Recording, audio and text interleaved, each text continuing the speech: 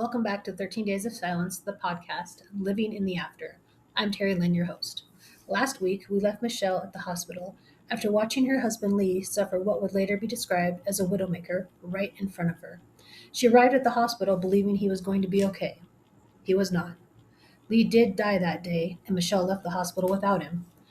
But that's where so many stories seem to end, and where the living in the after actually begins. Today, we pick up with Michelle in that after. We talk about what it means to go home, pick up the pieces of life no longer looking the way we thought it would, and to somehow learn how grief and living can exist at the same time. Here's Michelle. One of the harder parts about losing probably anyone, but especially your spouse, is that something that you wouldn't expect that you know is going to happen, but you don't expect how you're going to feel when it does happen. So after the day that Lee passed, that night I went and stayed the night at my grandparents' house because I could not go back to my house. I get a call at I don't know, it's probably 4 o'clock in the morning. And it was the organ donor people. And I didn't know the number, so I answered it. And to me, this still is not a reality. I woke up, I didn't really know where I was until I came to and realized I'm in my grandparents' house. That wasn't a dream, that really happened. It was Right. very confusing. And then I have these people on the phone, and they're like, Miss Phillips, we're from blah, blah, blah, organ donation. We want to know if you would like to donate your husband's organs. And I'm just like, what? And they were like, well, we just have a certain time frame and we're really sorry to bother you. And in my head, I'm like, I don't even really realize that he's really dead. Right. I mean, I understand, that you need to know, right? But I don't know. I don't expect this to be a 4 a.m. conversation after a trauma, right? Yeah, you've out of sight, So- out of mind it for just a little bit so that you can function. Exactly. So Noah's laying next to me. I roll him off of me and I'm like, where's Lee's wallet? I'm looking for the bag that the nurse gave me, right? Because that's where it's at. And I'm like, okay. So I'm like, was he what could they what could they take? Like, I don't even know. His eyes Right. were bad. His heart was clearly bad. His liver was bad. Like, what do you want? Like, I don't know. And I'm saying all this to the lady and she's just like, I just need to know, like, skin, like all these Right. things. So now I'm imagining like, can you want his skin? Like, no, right? And so I grabbed the bag with his driver's license in it and I pull it out and it said, and I was like, no, he's not an organ donor. And she was just like, well, even if he's not registered as an organ donor, you can still give permission. And I got angry. I got mad. And I was Right. just like, no, don't take anything. Like, leave him. I don't care, right? Because I lost my person and I don't even really realize this fully. And you want to skin him, which I know is not true, but in my head, that's what I thought, Well, it was also 4 a.m, and it's nothing good was going to come out of that conversation, honestly. No, and I understand that they needed to know for, obvious reasons, but Yeah. I ended up not doing any of it. I was just like, no, you can't have, no, like, if I can't have him, you can't have him, nobody can have him. He's mine. Just let me go back to sleep until forever, right? When you think about that day, what stands out more to you? The unbelievable part of the doctor coming and telling you he's gone? Because in my head, when you see Lee at the house, that's one thing. You're like, okay, fucking trouble in paradise, right? But then when the doctor Right. comes and tells you something like is life changing. I think that even today, the whole thing is still unbelievable because it was so fast and so I can only remember it because so right after all this happened, I had requested a copy of my 911 call because weeks after I'm sitting there thinking, did she tell me to do CPR and I didn't? All the things that have come to where I'm like, could I have changed this? Could I have Right. saved this? Could I have helped this? Did I do something wrong? Because I think for a lot of people to have somebody die is very traumatic, period. To watch somebody die is a Right. whole, it completely changes how you feel about death completely. I am now almost desensitized to it because I used to feel very sad when people died. Right. I would cry for people when they died. Now I'm like, damn, it's really sad that person is dead. However, I feel so bad for what Terry's going to have to go through. I feel so bad for what so and so is going to have to live with for the rest of their life. Right. It puts you on the other side of it instantly. Still don't know what to say to people because No. you know it doesn't matter. It doesn't matter what anybody says. Thank you for the condolences, but you are going to stop consoling me and I'm going to be alone. What you just said right there is why this whole podcast exists, is because when people stop asking you, and you're still living it every day, even if you're having a happy day, you're still living it because the absence is there. And that's what you want to carry on, right? You want the parts of Lee that were good, the parts that you guys cherished and everything to keep going on, because eventually people do stop asking. And even when they do ask, it's how are you doing? Years Right. later, you would think that would be an okay thing to ask someone. How are you doing? Lee's been gone for 10 years this year, and I have a grandson now. My kids are adults now. Yep. Noah is about to start learning how to drive.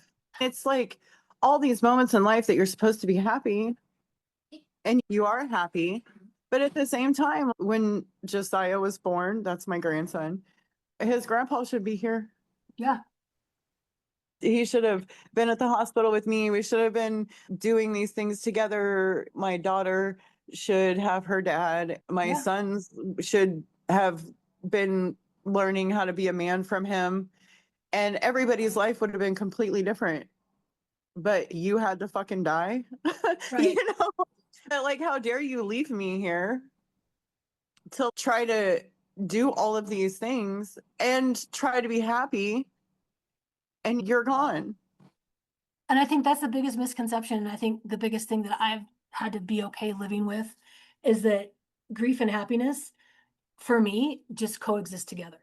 And I'm okay with that because for a long time I thought like you grieved and got over something. And that was like a misconception. I thought I was fucking up grief, right? Like I was Yeah, like, turns out I'm I'm not doing it getting over right. anything, I'm not doing grief right. right?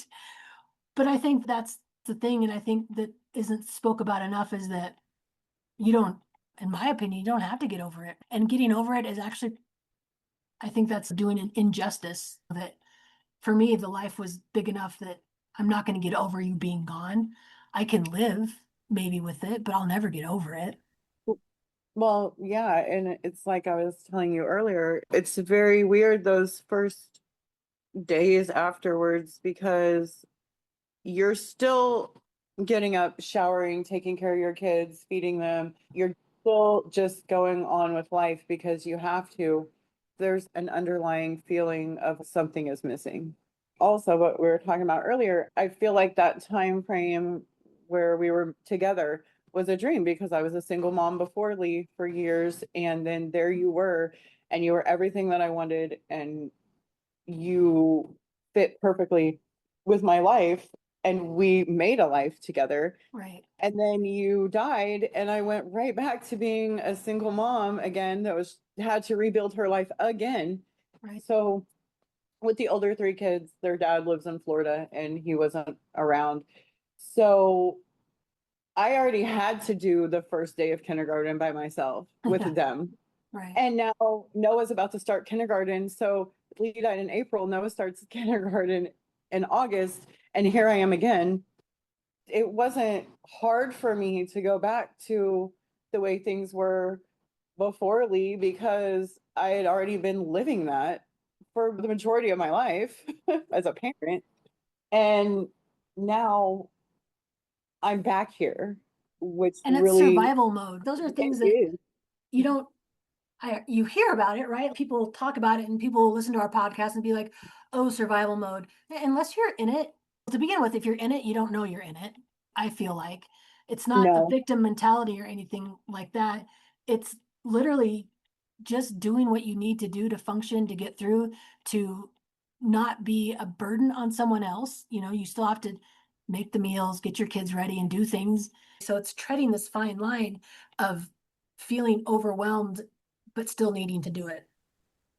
Yes, exactly. And I was very fortunate in the fact that I have a huge, loving, supportive family. My sister got married a couple weeks before Lee passed away, and her husband were here for a month, and she had just left, and she immediately flew back here from London to be with me, and she Right. stayed for another month. Disrupted her whole life, but she knew that I needed her. Right. Family does, right? Though, I mean, honestly, you say that disrupted, but as soon as you said that, I thought, no, she just did what sisters do.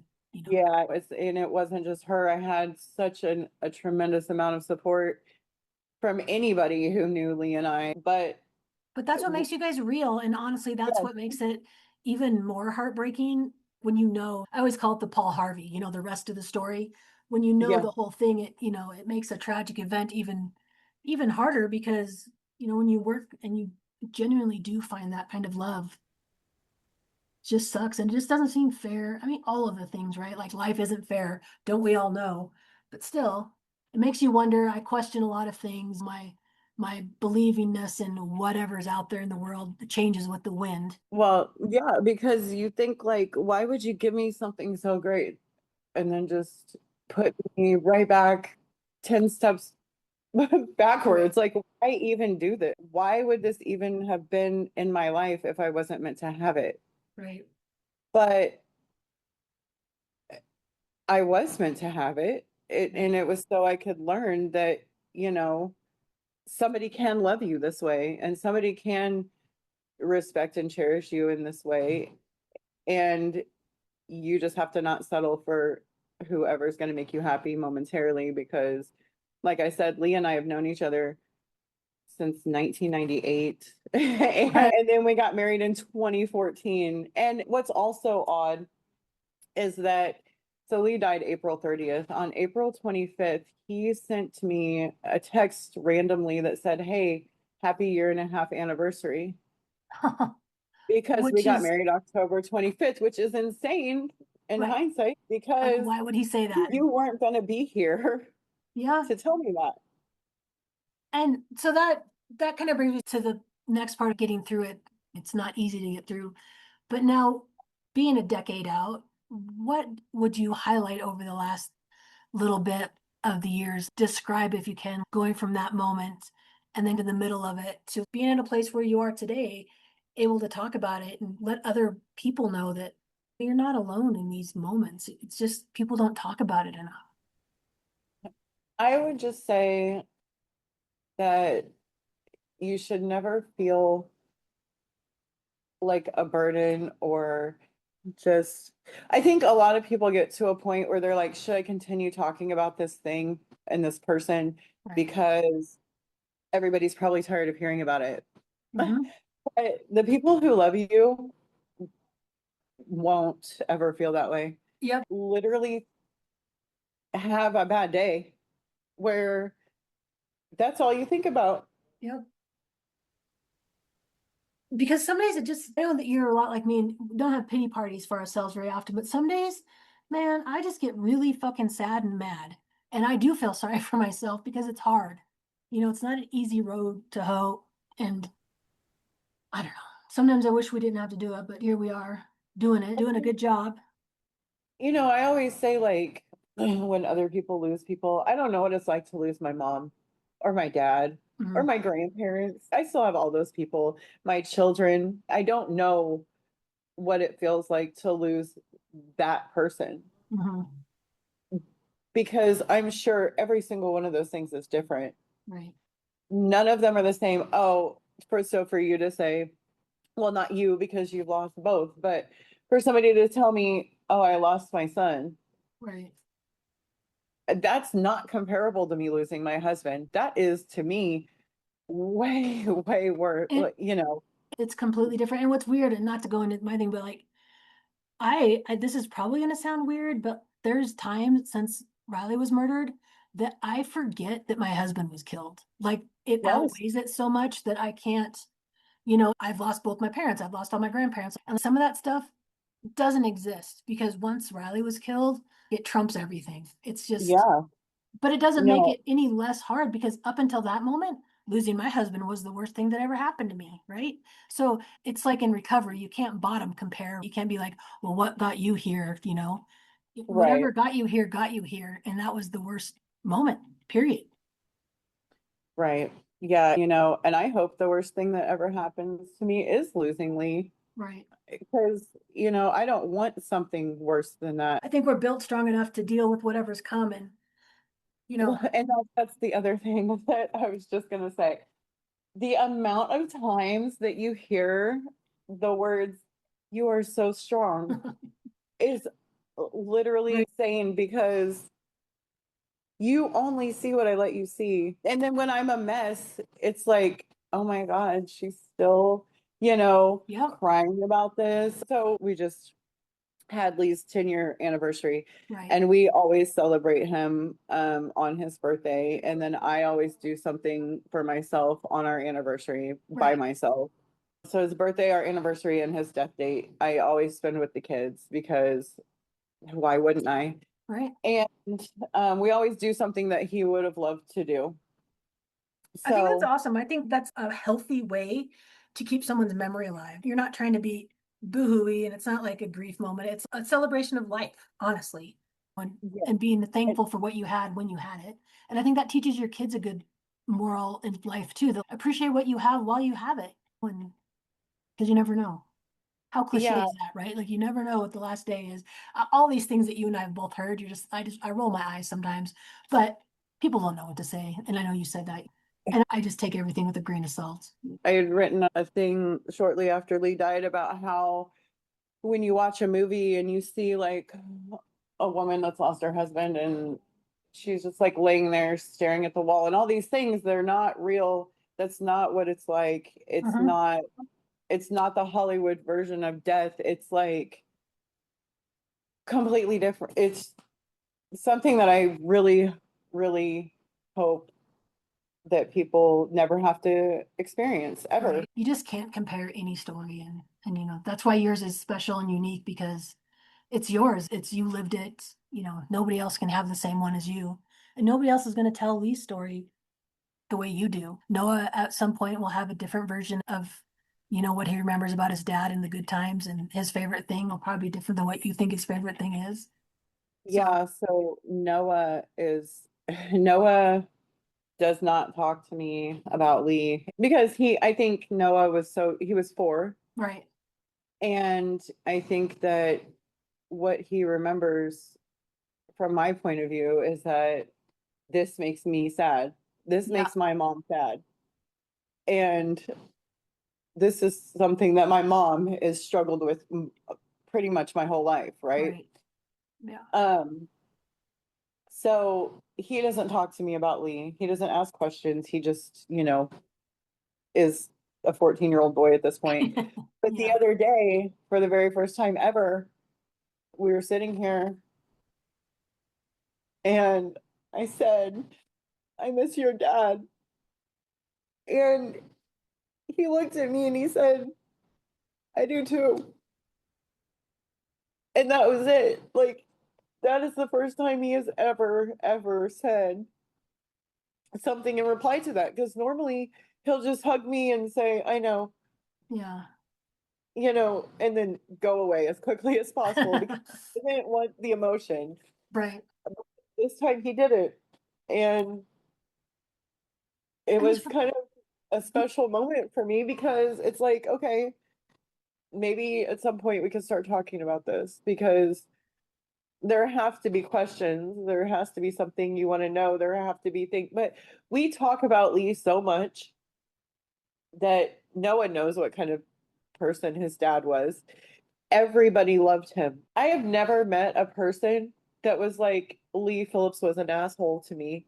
I've never met a person that, no, it's always like, oh my God, the first time I ever met Lee, he was like, yeah, come on in, have a beer, welcome to my house, whatever you want. He was just a genuinely kind, good soul that deserved to have so much more time and just didn't. right.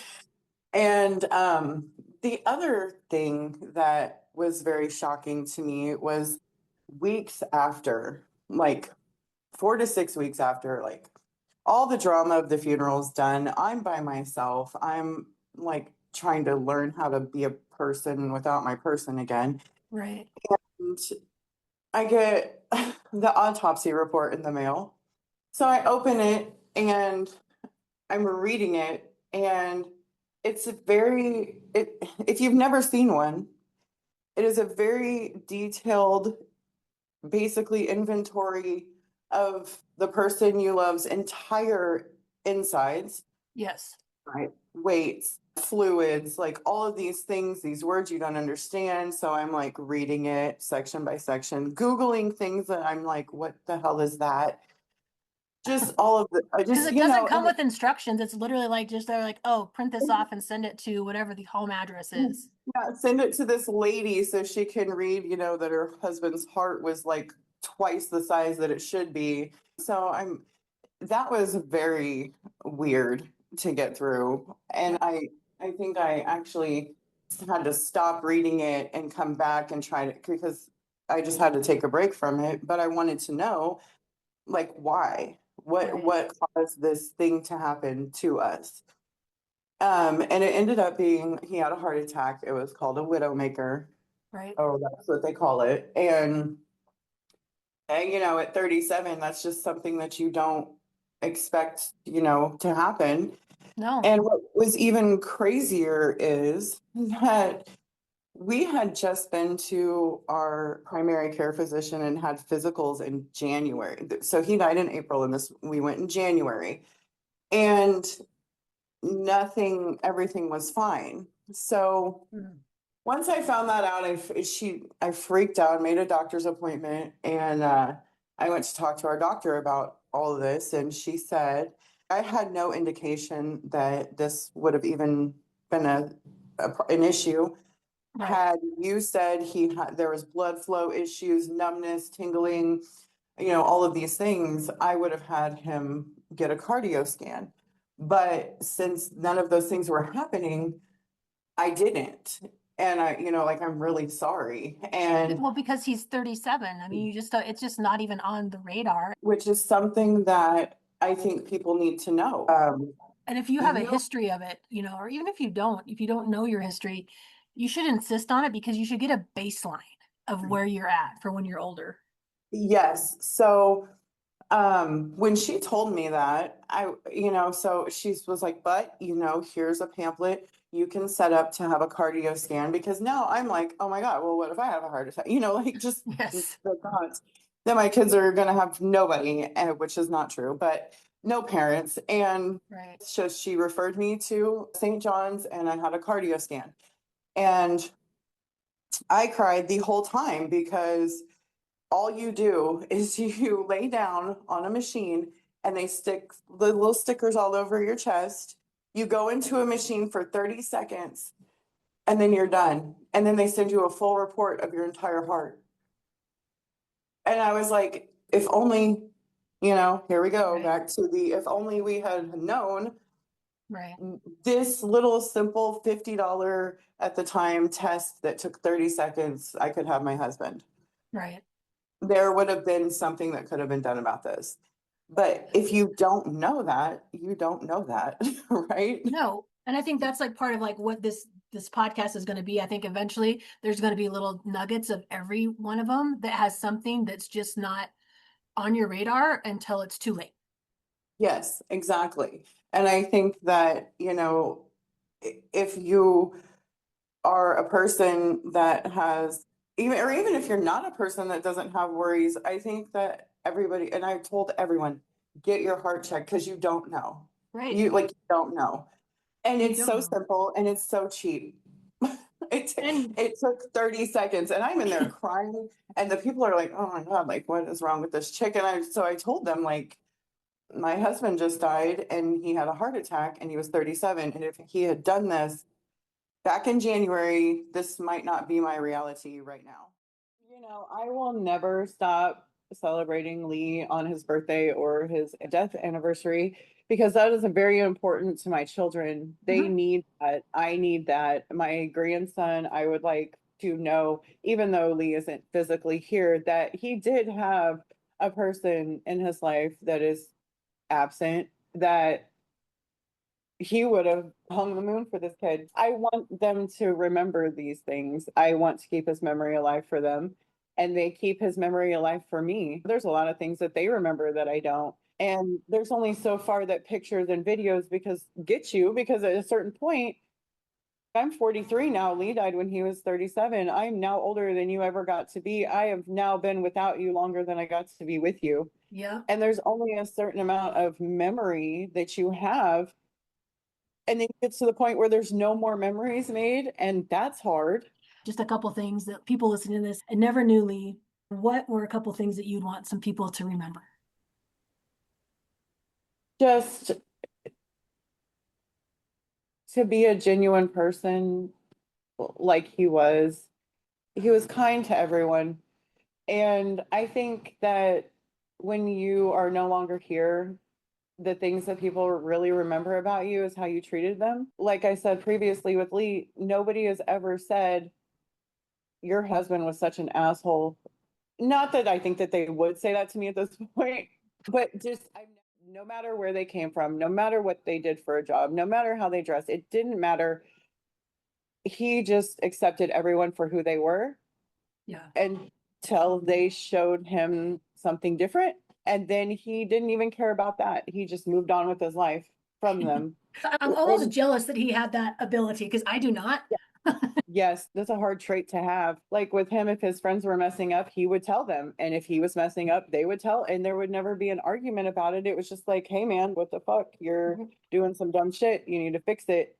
And Right. if they didn't, or if he didn't, they were no longer their lives. And it was just that easy. And I think that people really have a lot of expectations about other people and their lives and how they live their lives and what they do personally, that just needs to be let go, because it really has nothing to do with you. And I think if a lot more people had that mindset, it would be a lot better of a place to be in mentally for everyone. And I think this is a pretty good place to leave Lee and Michelle's story because really, that's part of why this podcast exists. So that a person isn't remembered only for the worst day, the hardest moments, or the circumstances surrounding how their life ended. There was a whole life before that, and one after. There was the laughter, the people who loved them, and stories, and sometimes there was someone who was simply kind. If 13 Days of Silence can do anything, I hope it's this, that we leave a little more of those stories behind, that we give people a space to tell us who they were, not just what happened to them. I'm your host, Terry Lynn, and this has been 13 Days of Silence, the podcast, Living in the After. Until next time, I hope you have a hummingbird day.